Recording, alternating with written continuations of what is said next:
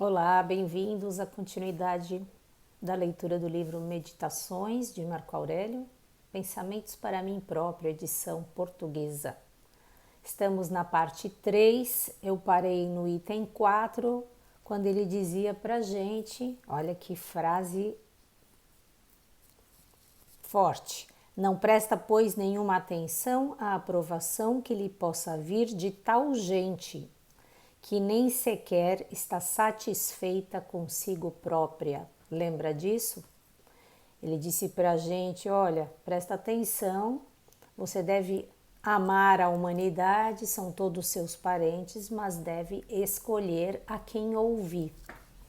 Continuando então, item 5. Quando atuares, não o faças de má vontade, de modo insociável, sem madura reflexão ou a esmo. Não enfeites o teu pensamento.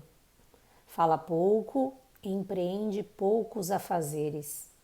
Por outro lado, que o Deus que em ti estabeleceu morada dirija um ser viril, respeitável, devotado à cidade, um verdadeiro romano e um chefe, em tudo regrado, alguém prestes a abandonar a vida ao primeiro sinal, desapegado de tudo, sem necessidade de juramentos ou de testemunhas. Dá licença um minuto.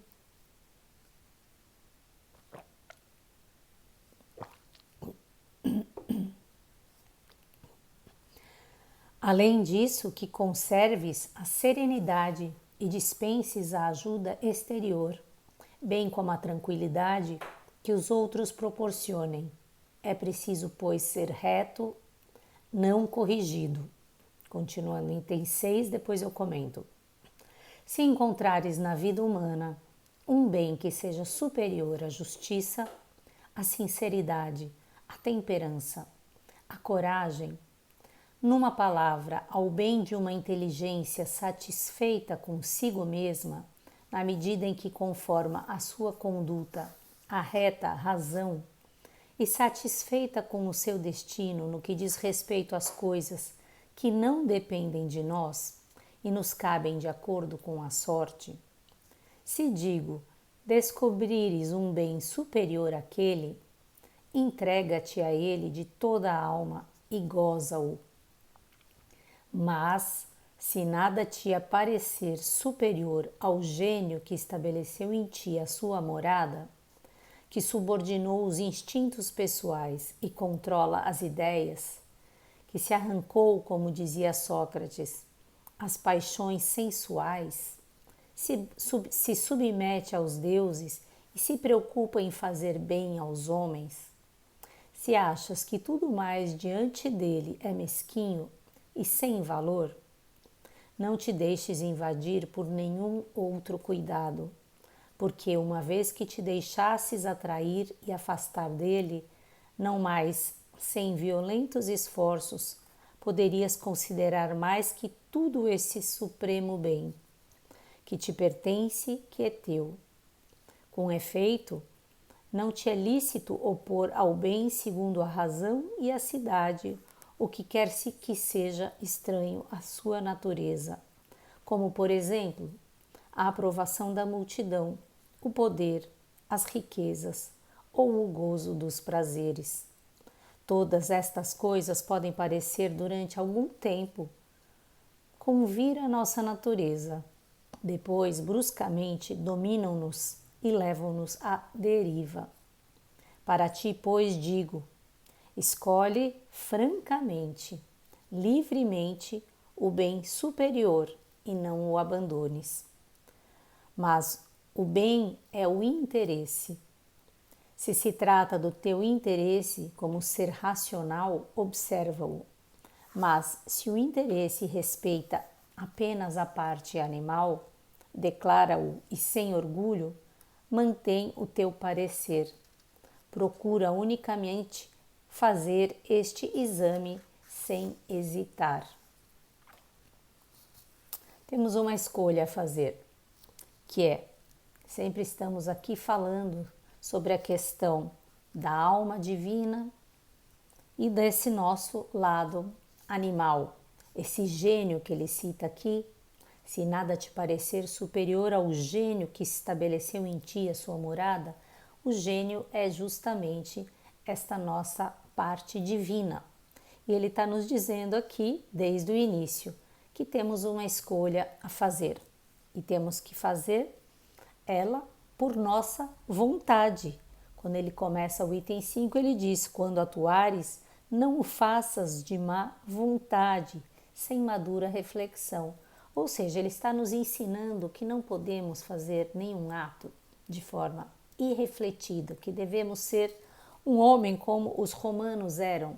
Os homens romanos, aqui citado, obviamente, ele não está falando de um povo em específico, ele está falando da natureza moral do homem romano, daquela firmeza de caráter, do seu comportamento, que era de fato uma referência na época. Então precisamos buscar essas referências que ele cita aqui do que é um homem que coloca a moral como uma prática necessária e irrefutável. Porque se temos dúvida, se deixamos por algum instante, se nos deixamos acreditar que a fama, por exemplo, é mais importante neste momento do que um ato de conduta moral, ele está claramente dizendo aqui, essa é uma escolha, né? Que se isso te parecer de fato muito mais valoroso do que conduzir a vida com a reta razão, conduzir a vida a partir desse gênio superior que cabe dentro de nós e que é capaz de controlar, por exemplo, né, os instintos pessoais, mas se achar, né, que existe algo superior a se submeter aos deuses, ao cosmos, e se achar, né, se acharmos nós enquanto homens que vale a pena sermos mesquinhos, vale a pena sermos sem valor, que façamos isso, se realmente tivermos essa convicção de que o poder, a riqueza, o gozo dos prazeres, o prazer de sermos reconhecidos pela multidão, né, é maior do que tudo mais. Por isso, né, essa ideia de que a gente precisa fazer unicamente esse exame, sem hesitar, que ele diz no final. E aí temos que fazer essa escolha todos os dias. Tem uma coisa interessante aqui, né? Vou ler uma definição rápida para vocês, que é a definição que o Kant dizia: a única virtude que é boa em si é a boa vontade. Por quê? Né? Porque pela vontade é que nós vamos chegar ao bem, mas precisamos decidir, né? A boa vontade, né? Eu quero fazer isso de fato ou não, né? E fazer ações baseadas nessa minha convicção, porque a vontade pode ser, se eu falo, eu tenho vontade. Você tem vontade do quê? Eu tenho vontade de ficar dormindo. Eu tenho vontade de ser poderoso. Eu tenho vontade de ser reconhecido. Isso não é a boa vontade, né? Esta é, de fato, a vontade que não se inclina a esse bem que estamos aqui o tempo todo falando, né? É justamente o que se opõe ao bem que ele diz aqui, porque isso não é de acordo com a razão, isso é realmente de acordo com os nossos instintos, não é a verdadeira natureza humana, mas temos uma escolha e podemos escolher de fato, por isso existe o livre-arbítrio, se queremos ou não queremos isso na nossa vida. A pergunta é se isto está claro, porque muitas vezes achamos que quando estamos escolhendo por esta supremacia do divino em nós, estamos deixando de viver a vida. A louca, né? Muita gente acha isso. E a vida aí fica sem graça. É uma escolha quem é que realmente vai estar comandando a nossa cidade. Continuando então aqui mais um pouquinho, né? Item 7. Jamais considerarás como sendo do teu interesse o que te possa algum dia forçar a faltar à palavra dada, a renunciar ao pudor, a adiar, desconfiar, maldizer, seja quem for, ser velhaco, invejar o que necessita de ser escondido por paredes e cortinas. O homem que sobrepôs, a tudo a sua inteligência e o gênio interior e os mistérios devido à eminente dignidade deste, tal homem não representa tragédias nem solta gemidos. Suporta tão bem a solidão como a multidão. Suprema vantagem, viverá sem procurar evitar seja o que for. Já imaginou isso, pessoal? Poder viver a vida sem evitar seja o que for, porque estamos prontos com autodomínio, sabendo que tudo é cosmos, que tudo tem um ensinamento, que podemos aprender com tudo e com todos, e que estamos com esse gênio interior no comando. Que a sua alma envolva mais ou menos tempo, o corpo é questão que não se preocupa. É preciso abandoná-lo a partir de agora?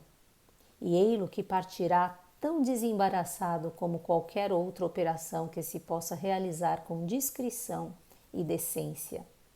Vê-la unicamente aqui no decurso de toda a sua vida, a inteligência seja preservada de qualquer deformação contrária à natureza de um ser racional e social.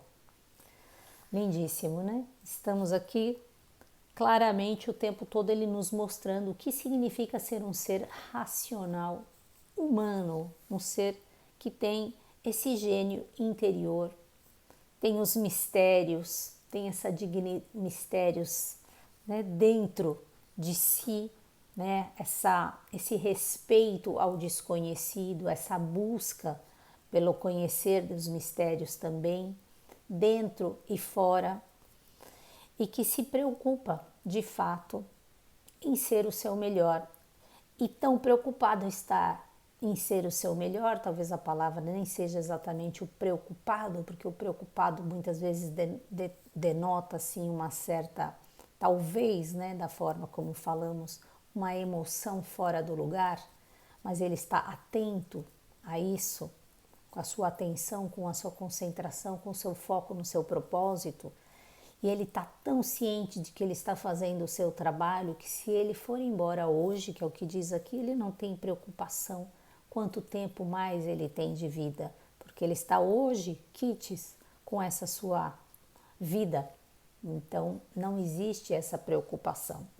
Belíssimo isso, né? Tem uma coisa só que eu quero comentar aqui, que é a sua alma envolva mais ou menos o corpo.